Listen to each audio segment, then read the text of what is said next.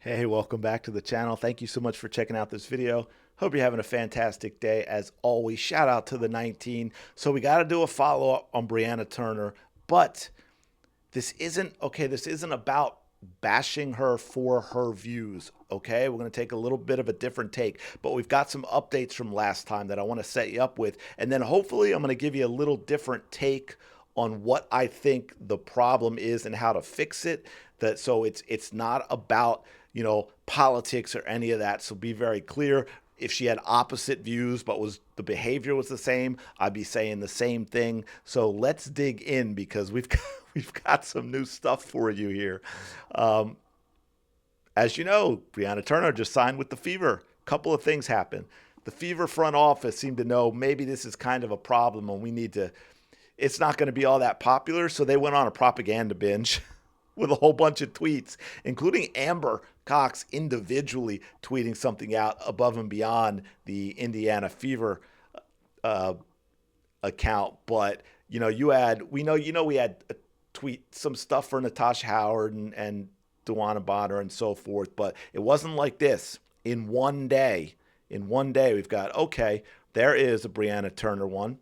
There is a Brianna Turner one. There is a Brianna Turner one. There is a Brianna Turner one. And I think there's even another one. Yeah, there is a Brianna Turner one. So the Fever went with their own tweet storm to just kind of, they're going to tweet through it, folks. They knew they had issues and they're just going to tweet through it. But then Brianna Turner got in on the action. And instead of doing the obvious thing, simply being, hey, I'm so thankful to be here. I be a part of a great organization with a great fan base. Looking forward to playing in front of you. No. She went the opposite way. She went with this yesterday. Now, keep in mind, if you understand her history, this is all directed at the Fever fan base, right? It's disguised in a general tweet. Friendly reminder that I'm against all forms of discrimination. And then she lists all the isms and the ists and all that. I often advocate against these discriminatory practices. Feel free to unfollow, mute, or block me if that is bothersome to you. So there again, we're going to twist it to play victim because as we all know, and I can't stand anyone, sorry, Brianna, I can't stand anyone who does this because it's nonsense. It's patting on your back, patting yourself on the back with a virtue signal for nothing because yeah, are there evil people in the world? Absolutely. But 99% of the world is against all of this stuff. She's not doing anything new or brave or speaking truth to power. None of us support this stuff. And she continued. By the way, as you can see, she also locked it down so she can't get any replies from Fever fans, many of whom she has blocked, including since she signed with the Fever. I will not bend the knee or change my online advocacy efforts to appease others. While I anticipate receiving criticism, hostility, and invalidation, she means you, Fever fans, I will not tolerate discrimination. She means she will not tolerate you having a different opinion. If I'm not for you, there are about 150 other W players that you can support instead. So she's telling you, Fever fans, don't support the Indiana Fever. I wonder how the Indiana Fever organization feels about that with all the money they're putting into breaking ground with a new training location, and all of that. That's absolutely kind of wild. Uh, and the funny thing is, like, what's crazy is in talking with Fever fans, so many were like, well, you know what?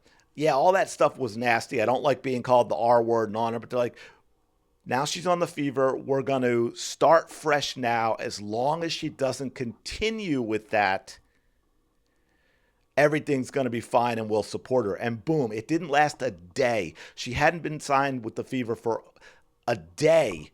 And this is what she puts out. She's just rubbing it in your nose because she knows that all you Clark fans are going to show up anyway. This is like an abusive relationship. She knows you're not going to leave her. She can treat you like crap.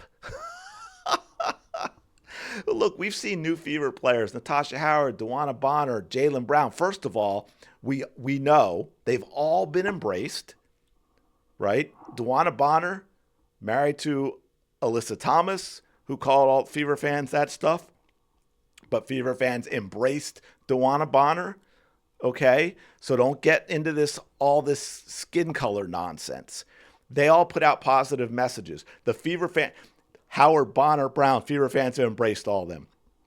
Sydney Colson, a few had issues with some things she said that I brought up. I had an issue just from a basketball perspective. But the thing is, even Sydney Colson, and I give props, shout out Sydney, she cracked jokes about this. If y'all remember, Aces fans were melting down. Old guard WNBA were melting down. They couldn't believe Sydney Colson would go to the Fever. So they kept saying that she was traded, even though she was a free agent who chose to sign with Indy. And it got to the point where Sydney herself tweeted out, I'm seeing this so much, in response to it, I'm seeing this so much that I'm starting to believe I got traded, which, props to her. That was funny. Meanwhile, Brianna Turner is out here tweeting insults to the very people she needs to support her. We had this from Jaylen Brown. Hey Fever fans, it's Jaylen Brown. I just want to say that I'm super excited to be joining the Indiana family, and I can't wait to be surrounded by great players and even better people. Let's get it.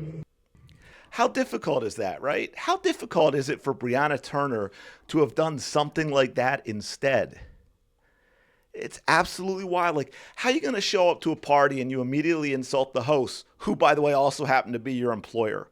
Because let's face it, the fans are really the employer, not the team. The team can cut her and trade her, but without fans, there is no team.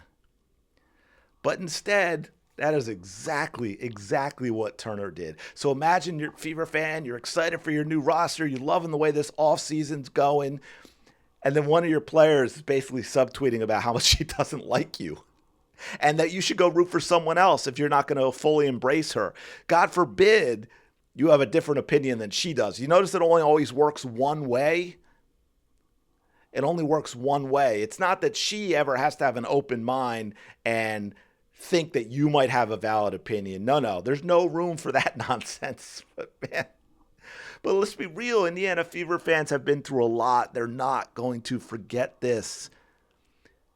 Turner thinks she's just going to show up, act like nothing happened, and keep doing what she's doing and get a warm welcome. That is not what's going to happen, okay? It's so weird. You give fans a reason to turn on you. They will.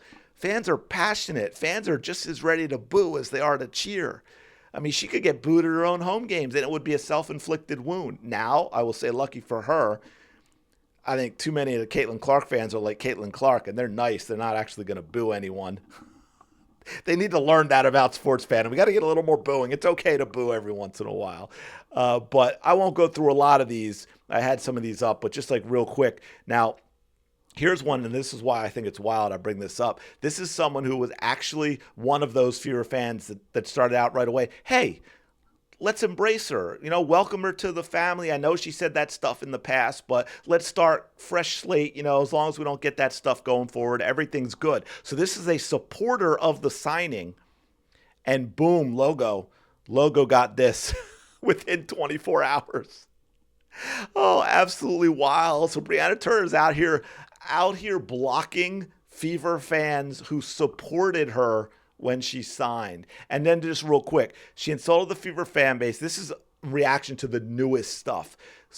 Insulted the Fever fan base, called them is and a danger to her teammates. That was the whole lie about the Carter bus incident, which was found out to be a lie. And she also has a history not liking Caitlin being public about that. So her one chance to break the ice, she posted the W community is messy. Yeah. I'll put it this way. If I was on a new team, my first tweet to the fans wouldn't have been that. Play stupid games, win stupid prizes. Like, how about shouting out the team and the fans as your first comment after signing with the Fever? Instead, she does this. And I think, here we go. They tweeted that's saying that she's going to be a problem for the locker room. But you get the idea with all those, and her first thing is to go on the attack and attack the Fever fans again, and it's real wild. And I want to wrap it up here. I'll try to keep this one short, but also get to my main point, and that's why I said forget what anyone might want to call the political side of it. And we know it's not a skin color issue, because we know that the Fever fans love Kelsey Mitchell and they love Aaliyah Boston, and they've completely embraced Natasha Howard and DeWanna Bonner and Jaylen Brown. So stop that nonsense right now. This is about behavior in general. If she was doing the exact same thing and all her tweets, if you want to put them in a political box, were the opposite, same reaction from me. Because I want to put it this way: being a fan favorite is easy. Okay, it is not rocket science. Simple formula: play hard, play with heart, play hard, play with heart. Give it all you have. Right? However you want to word that. Play hard. Show love to the city. Embrace the fans. That's the formula, folks. That is how you become a fan favorite. That's it.